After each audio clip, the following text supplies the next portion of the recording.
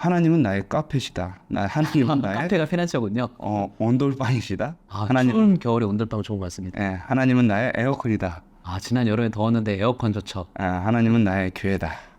정말 교회 피난처입니다.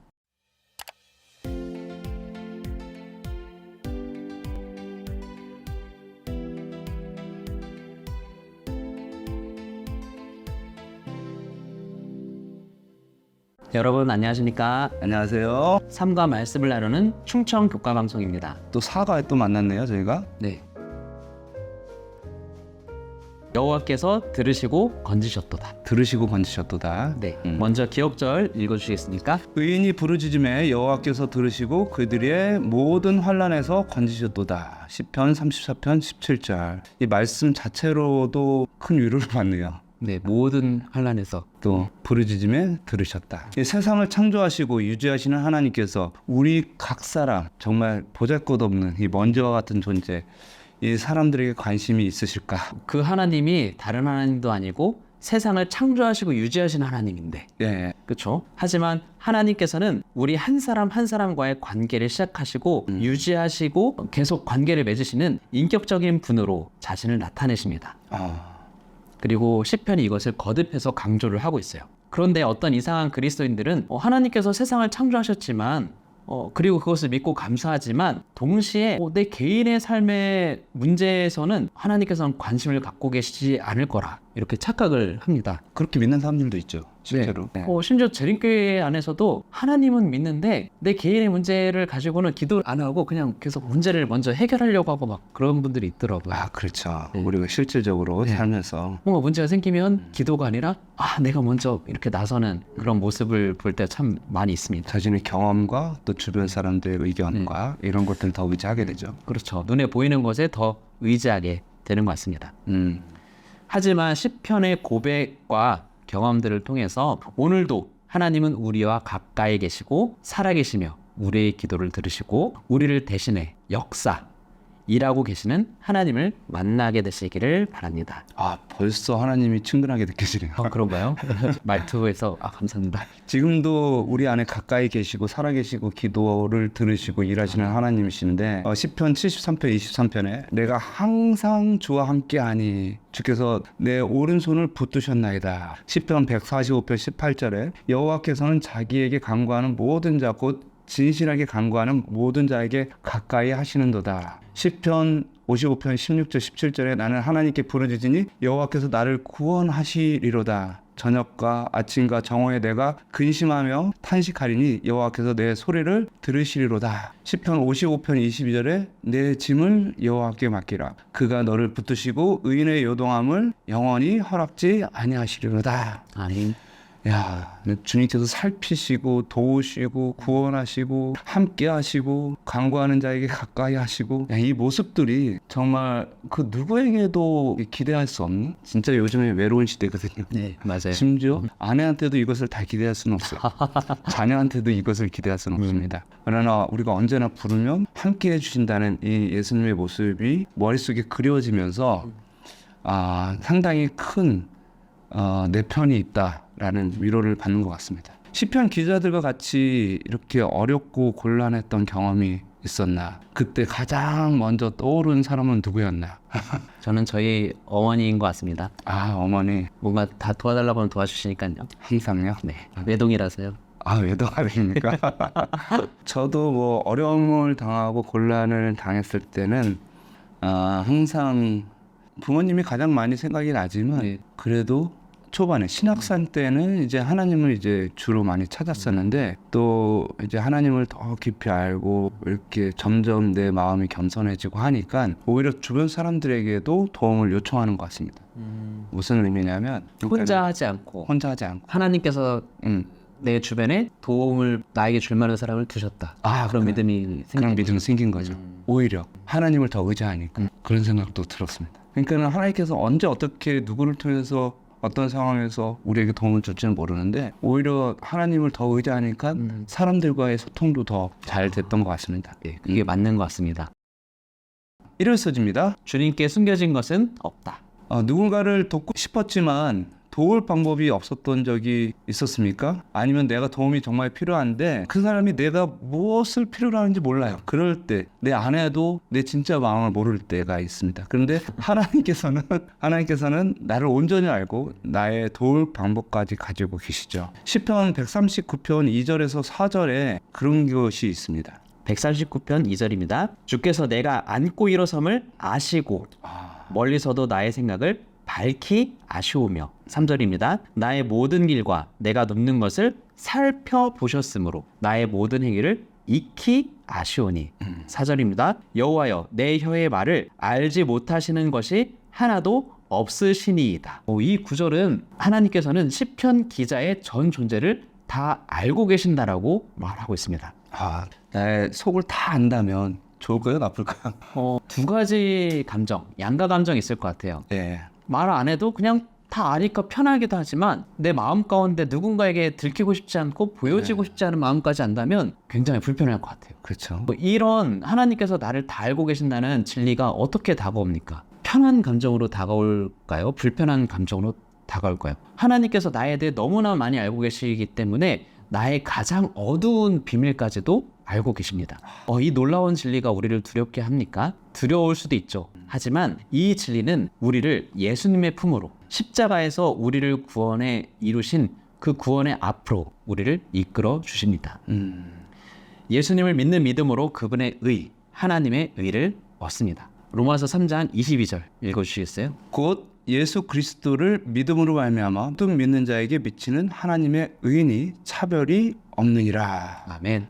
결국 우리 속이 하나님 앞에 다 드러날지라도 두려워하지 않아야 된다는 것은 하나님께서 그분의 의로 우리를 덮어주시기 때문에 그렇다는 것이죠. 아멘. 예. 그래서 시편에서는 하나님의 임재, 즉 하나님의 손길이 미치지 않는 곳이 없다. 예. 우리니까 우주에서 그 임재를 벗어날 곳은 없다. 그러므로 하나님 앞에서는 정직하고 솔직하게 나아가야 된다. 도망칠 곳이 없다는 거죠. 예. 시편 139편 8절에서 12절에 8절을 보시면 내가 하늘에 올라가도 거기 계시고 수월에 내 자리를 펼지라도 거기 계시고 9절에 새벽 날개를 치며 바다 끝에 가서 거할지라도 거기 계시고 또한 10절에 보시면 거기서도 주의 손이 나를 인도하시고 주의 오른손이 나를 붙드신다. 바다 끝에서도 11절에 보시면 내가 혹시 말하기를 흑암이 반드시 나를 덮고 나를 두른 빛이 밤이 되리라 할지라도 주에게서는 흑암이 숨기지 못하며 밤이 낮과 같이 비추나니 주에게는 흑암과 빛이 같다 라고 되어 있습니다. 숨을 데가 없네요. 숨을 데가 없습니다. 그러나 그것을 숨을 데가 없는 것이 우리에게 은혜라고 하는 것이죠. 하나님께서는 우리가 어디 숨어도 다 찾으실 수 있으니까 은혜죠. 무서워하지 마시기 바랍니다.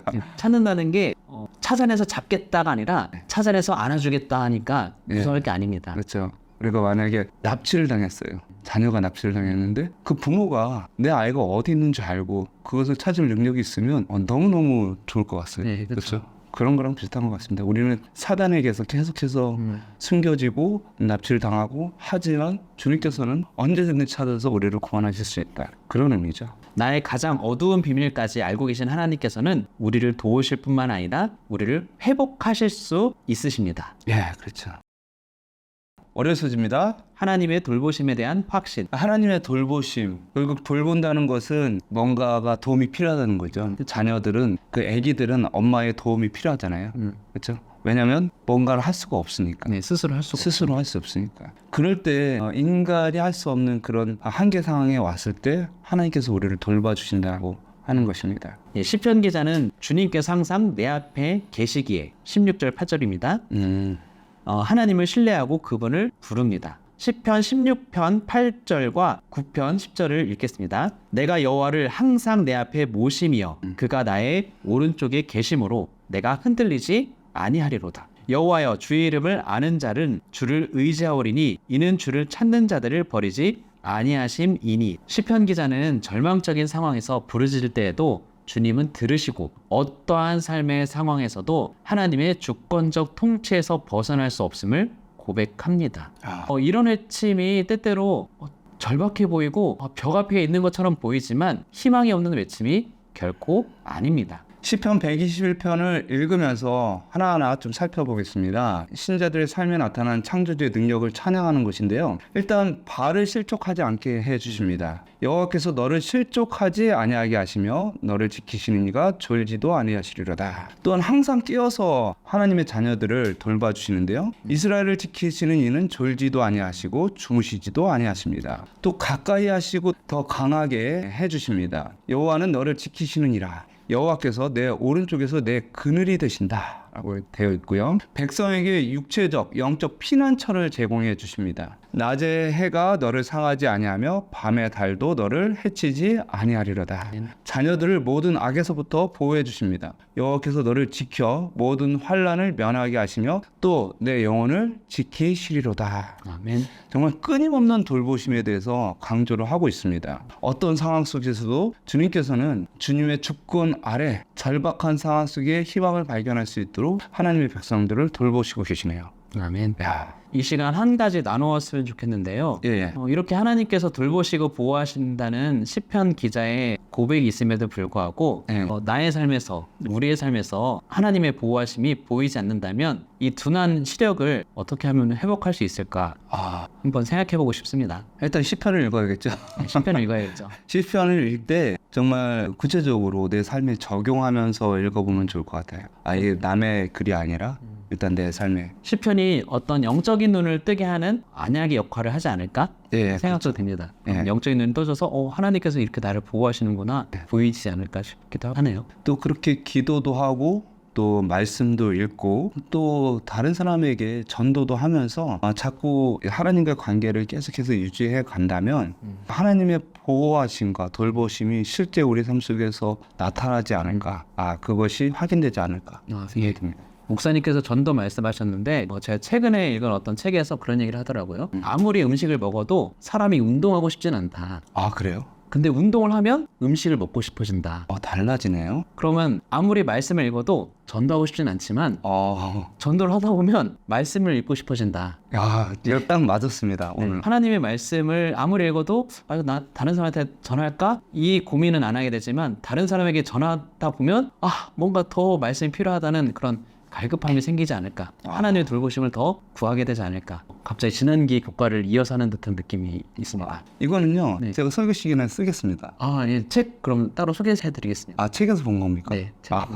너무너무 좋은 팁입니다. 결국은 우리가 영적인 눈을 뜨게 되는 것은 결국 하나님의 말씀이 순종할 때 생기는 것 같습니다.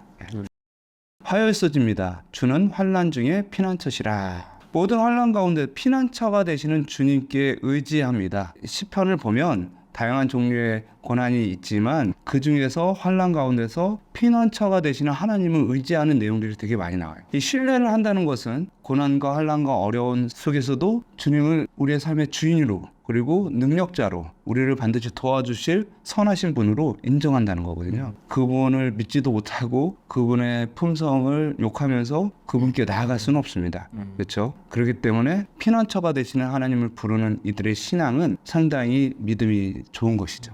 네. 시편 기자는 91편에서 하나님의 도우심을 이미 과거에 경험을 했고 그렇기에 미래에도 하나님의 돌보심을 확신하고 더욱 신뢰합니다. 시편 91편 2절입니다. 나는 여호와를 향하여 말하기를 그는 나의 피난처요 나의 요새요 내가 의뢰하는 하나님이라 하리니. 그리고 하나님의 지극히 위대하심을 기억하기에 지존하시고 전능하신 분이라고 부릅니다. 지존자의 은밀한 곳에 거주하며 전능자의 그늘 아래 사는 자요. 또한 하나님 안에서 찾을 수 있는 피난처를 묘사한 시적 표현들이 많습니다. 전능자의 그늘 아래에서 그는 나의 피난처요 나의 요새 그의 진실함은 방패와 손방패 대신하니. 그늘, 피난처, 요새, 방패라는 이 표현들이 오늘날 우리의 삶에서는 크게 와닿지는 않을 수 있지만 이스라엘 백성들에게 있어서는 그들이 지역적으로 광야에 살았기 때문에 뜨거운 태양 안에서는 그늘이 필요했었고 또 우리가 이스라엘 역사를 보면요 전쟁이 참 많았잖아요. 네. 그 전쟁 중에는 요새도 필요하고 방패도 필요하고 이런 경험을 하다 보니까 그렇게 도움을 받았던 그 경험 안에서 하나님은 나에게 이런 분이다, 이런 피난처라고 고백을 하는 겁니다. 요새, 선방패 이런 것들은 우리가 잘 공감은 안 될 수 있지만 날개라는 것도 있습니다. 날개. 시편 17편 8편에 나를 눈동자같이 지키시고 주의 날개 그늘 아래 감추사. 51편 1절에 내 영혼이 주께로 피하되 주의 날개 그늘 아래에서 이 재앙들이 지나가기까지 피하리이다. 이 은유는 어미새의 보호를 통해서 위안과 확신을 이끌어내는데요. 우리가 잘 아는 신명기 32장 11절에 마치 독수리가 자기의 보금자리를 어지럽히고 자기 새끼 위에 너풀거리며 그 날개를 펴서 새끼를 받으며 그 날개 위에 그것을 엎는 것 같이 여호와께서 홀로 그들을 인도하셨고라고 되어 있는데, 독수리가 새끼를 둥지에서 떨어뜨려서 다시 잡고 다시 떨어뜨려서 다시 잡고 네. 하지 않습니까? 그런 것을 이제 하나님께서 이스라엘 백성들을 훈련하고 사랑해 주시고 지켜 주시는 것으로 표현했습니다. 네, 그렇게 보면 둥지가 피난처가 아니고 떨어져서 받아주는 어머니의 날개가 네. 피난처인 것 같네요. 예, 그렇죠. 우리는 둥지를 지으려고 하죠, 자꾸. 둥지 안에서 밖으로 안 나가려고 하죠. 강남에 아파트를 지으려고 하고, 네, 그렇죠? 그게 피난처라고 생각하고 있습니다. 예,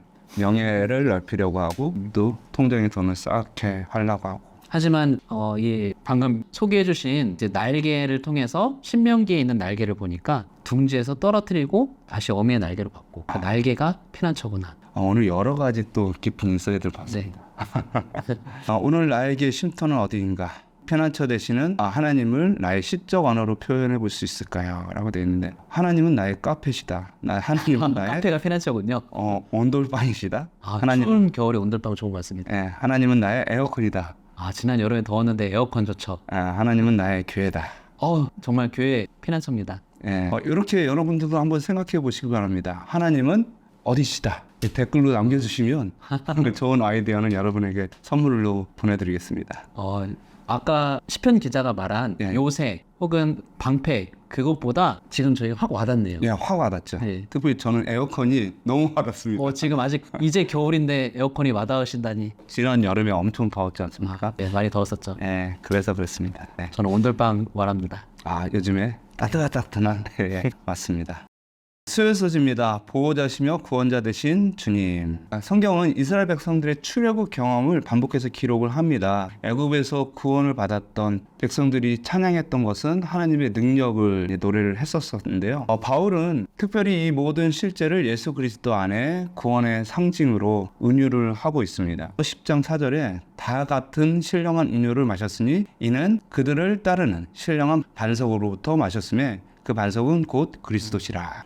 예, 특별히 시편 114편이 이스라엘 백성을 애굽의 속박에서부터 구원하시며 자연 법칙을 넘어서는 주권자이신 창조주 하나님께서 당신의 백성들을 구원하시는 모습을 시적으로 묘사하고 있습니다. 시편 114편 3절 바다가 보고 도망하며 요단은 물러갔으니 홍해가 갈라지고 요단강이 갈라졌던 그런 모습을 도망갔다, 물러갔다 이렇게 표현하고 있어요. 네. 그리고 산들은 순양들 같이 뛰놀며 작은 산들은 어린 양들 같이 뛰었도다. 그가 반석을 쳐서 못물이 되게 하시며 차돌로 샘물이 되게 하셨도다. 오늘날 우리도 이스라엘 백성처럼 영적 가나안, 새 예루살렘을 향해 가고 있습니다. 그런데 이 길은 언제나 위험으로 가득합니다. 하지만 하나님의 자녀들에게 시편은 격려합니다. 저 산 너머 계신 땅과 하늘의 창조자를 바라보라고. 시편 122편 1절과 2절입니다. 내가 산을 향하여 눈을 들리라. 나의 도움이 어디서 올까? 나의 도움은 천지를 지으신 여호와에게서로다. 이스라엘 백성을 구원하셨던 그 창조주의 모습, 그 능력의 모습이 예수님의 모습 속에서도 그대로 나와 있네요. 예수님께서 마태복음 8장 26절에 예수께서 이르시되 어찌하여 무서워하느냐 믿음이 작은 자들아 곧 일어나서 바람과 바다를 꾸짖으시니 아주 잔잔하게 되거늘. 이 창조주의 모습, 바다를 잠잠케 하시고 폭풍을 잠잠케 하시는 예수님의 선언, 그리고 또 제자들에게 이런 말씀을 하셨죠. 세상에서 너희가 환난을 당하나 담대하라 내가 세상을 이겨노라 라고 이야기하고 있습니다. 이 창조주의 모습이 예수님에게도 그대로 담겨져 있습니다. 아멘. 목요일 소지입니다. 성소에서 도우심. 시편에서 등장하는 이제 성소가 나옵니다. 시온산인데요. 시온산, 성소 이렇게 나오죠. 공경에 처한 사람들은 항상 시온산, 성소를 바라보고 있습니다. 시편 3편 4절 내가 나의 목소리로 여호와께 부르짖으니 그의 성산에서 응답하시는도다. 시편 14편 7절 이스라엘의 구원이 시온에서부터 나오기를 원하는도다. 시온에서 나오네요. 시온, 성소, 시온산 이 모든 곳이 이제 하나님께서 거하시는 곳이고요. 하나님의 집입니다. 다른 어떤 곳보다도 훨씬 더 안전한 곳이죠. 건물이 완벽하기 때문이 아니라 하나님이 계시기 때문에 완전하다라고 하는 것이죠. 네, 하나님의 집이니까 네. 안전하다. 그런데 하나님의 성소는 거룩하기 때문에 모든 사람이 하나님의 은총을 받을 자격이 없음을 시편 기자는 인정을 합니다. 나는 성소에 들어갈 자격이 없는 것 같아. 그런데 그러는 동시에 구원은 오직 하나님의 신실하심과 은혜에 근거한다고 말을 하고 있습니다. 시편 143편 2절 그리고 11절 읽겠습니다. 주의 종에게 심판을 행하지 마소서. 주의 눈앞에는 의로운 인생이 하나도 없나이다. 여호와여, 주의 이름을 위하여 나를 살리시고 주의 의로 내 영혼을 환난에서 끌어내소서. 우리는 죄가 있다 할지라도 우리는 우리를 돕는 은혜의 보좌로 다시 하나님의 집으로 나아가야 합니다. 히브리서 4장 15절로 16절 말씀 읽어주시겠어요? 우리에게 있는 대제사장은 우리의 연약함을 동정하지 못하실 이가 아니요 모든 일에 우리와 똑같이 시험을 받으신 이로되 죄는 없으시니라. 그러므로 우리는 긍휼하심을 받고 때를 따라 돕는 은혜를 얻기 위하여 은혜의 보좌 앞에 담대히 나아갈 것이니라. 아멘. 아멘. 그곳에서 우리는 회개하고 하나님의 은혜와 용서를 받아들이며 하나님과 올바른 관계에 서게 되고 하나님의 구원을 간구하게 됩니다. 그렇죠. 성소를 바라볼 때 우리는 하나님을 진짜로 만날 수 있을 것 같습니다. 아멘. 네, 만날 수 있을 것 같아요. 여섯 동안 일을 마치고 마음을 정리하지 못하고 회개하지 못한 채 안식일에 교회를 갈 때 어떻습니까? 교회에 몸은 오긴 왔는데 마음은 조금 불편하죠. 네. 설교를 들으면서도 계속 딴 생각이 들고 그리고 교회에서 대표기도 맡으시는 분들 가운데 지난 엿새 동안의 죄를 지었고 회개합니다. 예배 시간에 그런 기도를 꼭 하시는 분이 계시더라고요. 그런 분들도 계시죠. 아무래도 이제 하나님 앞에 서는 것이 두려우니까. 두렵죠. 결국은 교회에 오기 전에 또 와서 결국은 하나님을 만나러 가는 것이 핵심이지 않을까 생각합니다. 내 상태가 어떻든지 가네요. 예. 물론 이제 예배 드리고 오기 전에 모든 것들이 다 해결하고 오면 더 좋겠지만 아닙니다. 금요일 서지입니다. 더 깊은 연구를 위해 하나님께서 당신을 신뢰하는 자를 위하여 큰 일을 행하실 것이다. 당신의 백성이라고 공언하는 자들이 보다 더 큰 능력을 받지 못하는 그 이유는 그들이 자신의 지혜를 크게 의지하고 여호와께서 저희를 위하여 당신의 능력을 나타내시도록 그분에게 기회를 드리지 않는 까닭이다. 하나님께서는 그들이 당신을 전적으로 신뢰하고 충실히 당신을 순종한다면 당신을 믿는 자녀들을 위급할 때마다 도와주실 것이다. 아멘. 이 시편을 통해서 하나님께서 우리를 어떻게 도우시고 우리가 어떻게 하나님을 의지해야 되는지를 오늘 분명히 배우게 된 것 같습니다. 네, 맞습니다. 여러분은 어떻습니까? 오늘 시편을 통해서 다시 한번 하나님과 가까워졌으면 좋겠습니다. 아멘. 묵상으로 교과를 마치겠습니다.